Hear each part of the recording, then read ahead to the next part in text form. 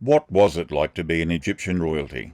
Hi, history lovers. Royal castles and the luxury contained within have long captured the interest of ordinary individuals like you and me. Their lavish way of life, enormous luxuries, authority over immense power, and interests so costly that one can only imagine have always piqued our interest in how their lifestyle would be up close and personal. Egyptian royalty is no exception. Egypt was controlled by kings and queens known as pharaohs from approximately 3150 to 30 BC.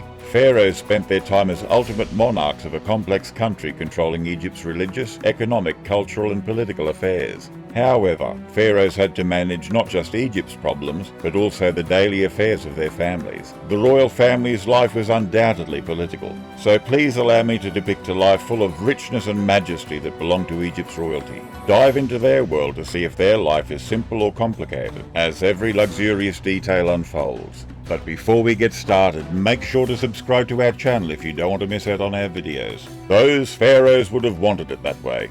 Let's set sail on the Nile. Get ready, buffs. Clothing. Ever got tired of dressing up every morning? Have you ever wondered what it would feel like to have servants do the thing for you? Too bad you're not a royal Egyptian. Gold and money were needed to dress the ancient Egyptian royal body. Although lower class people are likely to be dressed in plain garments made of coarsely spun linen, royals would have been dressed in significantly nicer fabrics. Yet, just getting their perfectly crafted garments and jewelry on the royal body took great work. The main style of ancient Egyptian attire is rather simple, with males wearing kilts and women wearing long shift garments. The more luxurious the fabric and the more adornment there was, the higher up in class one went. Members of either gender would be dressed to the nines by the time you arrived at the royal residence. These later included sandals, which were mainly an upper class luxury. Tutankhamun's tomb included around 90 pairs of footwear, including one set fashioned entirely of gold. Wigs. Your clothes are not complete without a wig. The ancient Egyptians were serious about their wigs, hairpieces worn by both men and women. This ultimate elite ornament was a must-have for ancient Egyptian royals. Wigs were such a big thing in ancient Egypt that they even had regulations outlining who could and who couldn't wear them. Some would have gotten so big and complex that the weight of wearing one may have worn bald spots into people's scalps if they hadn't already shaved their hair. The process of making and maintaining these wigs was so time-consuming that it spawned its own cottage industry, complete with servants who would have assisted members of the royal household in donning the heavy embroidered rugs. Food. Wondering about Egyptian royal food? Unlike ordinary people who ate the most luxurious foods, when it came to the dining table there was still a large class gap. According to history, more lowly people had a pretty boring spread of bread, fish, beans and onion, frequently accompanied by home-brewed beer. Wouldn't your friends be suffering later on?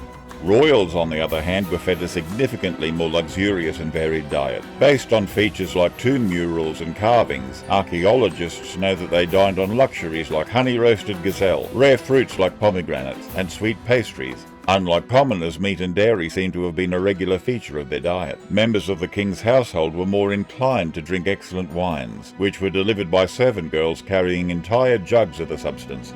Marriage.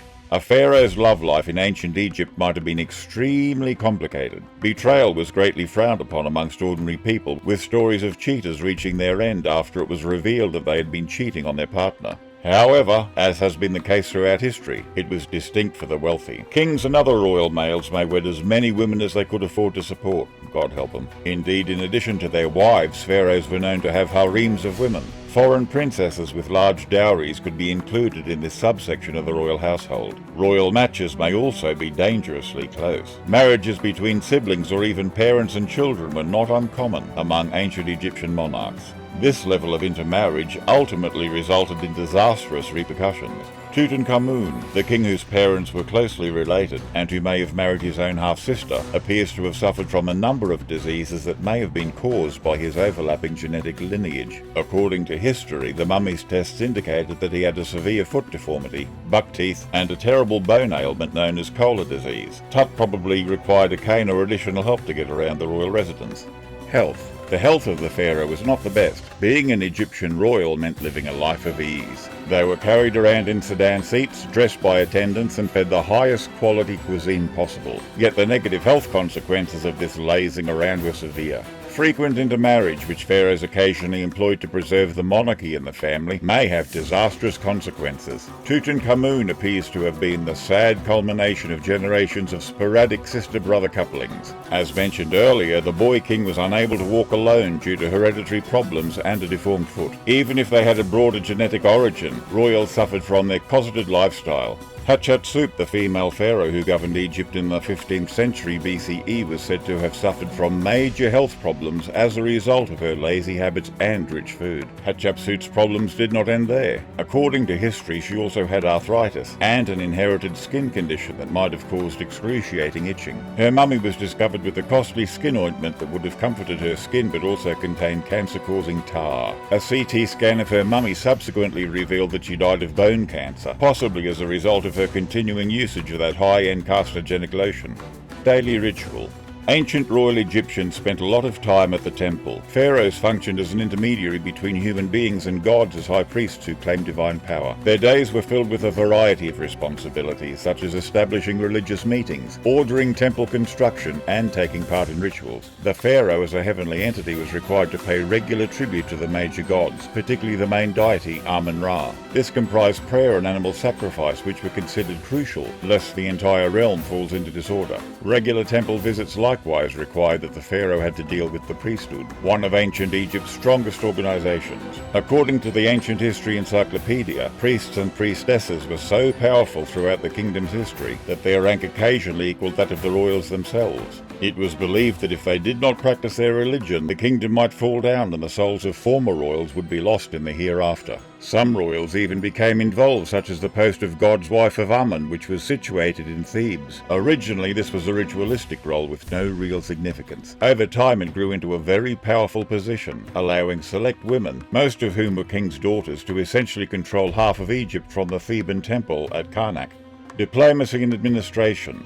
Rich food and excellent garments were clearly privileges enjoyed by ancient Egyptian royals, but their position came at a cost. Pharaohs were destined to have multiple meetings on some days. Keep in mind this was far before the invention of coffee and FaceTime, so the monarch and his entourage had to put up with administrative duties deprived of caffeine. However, the king did not have to face all of this alone. The country had a well-organized government. Regional officers were in charge of local issues, yet the monarch was intended to handle much of the higher-level national and international matters, such as consulting with military generals and talking with ambassadors. It wasn't like the pharaoh could truly cancel a few meetings. According to the ancient Greek historian Diodorus Siculus, the law required the king to complete these responsibilities, no matter how tedious they were. These demanding responsibilities included receiving administrative paperwork and letters almost immediately as he rolled out of bed, allowing him to get straight to work before even getting clothed. Not much point of a coffee machine. Construction. Ancient Egyptian royals, like many modern-day celebrities, enjoyed overseeing construction projects across the country. Having your name and graven image engraved on the side of an eye-catching temple tends to help keep your advertising machine running. Although all pharaohs invested in building projects, Ramesses II was a particularly prolific constructor. He used his construction projects as a sort of propaganda to declare his supremacy. Ramesses II got the appellation Ramesses the Great, partly through his huge construction program, which threw up construction projects all around the kingdom, with his image and accompanying hype man type lettering on nearly every surface.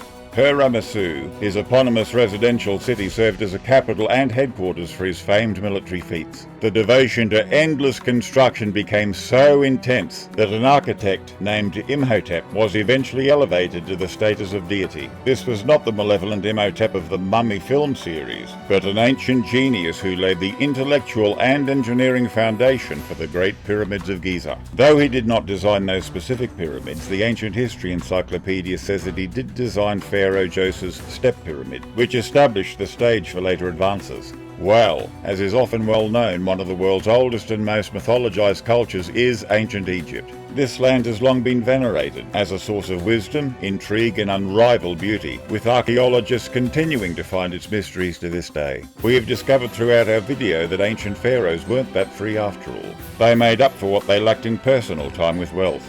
Just goes to show, money doesn't always buy happiness. Pharaohs had unequaled prominence in Egypt, so they got the best of everything, from elegant garments to the richest portions of meat. Even though pharaohs were kept occupied, it was still a good time to be the king, wasn't it?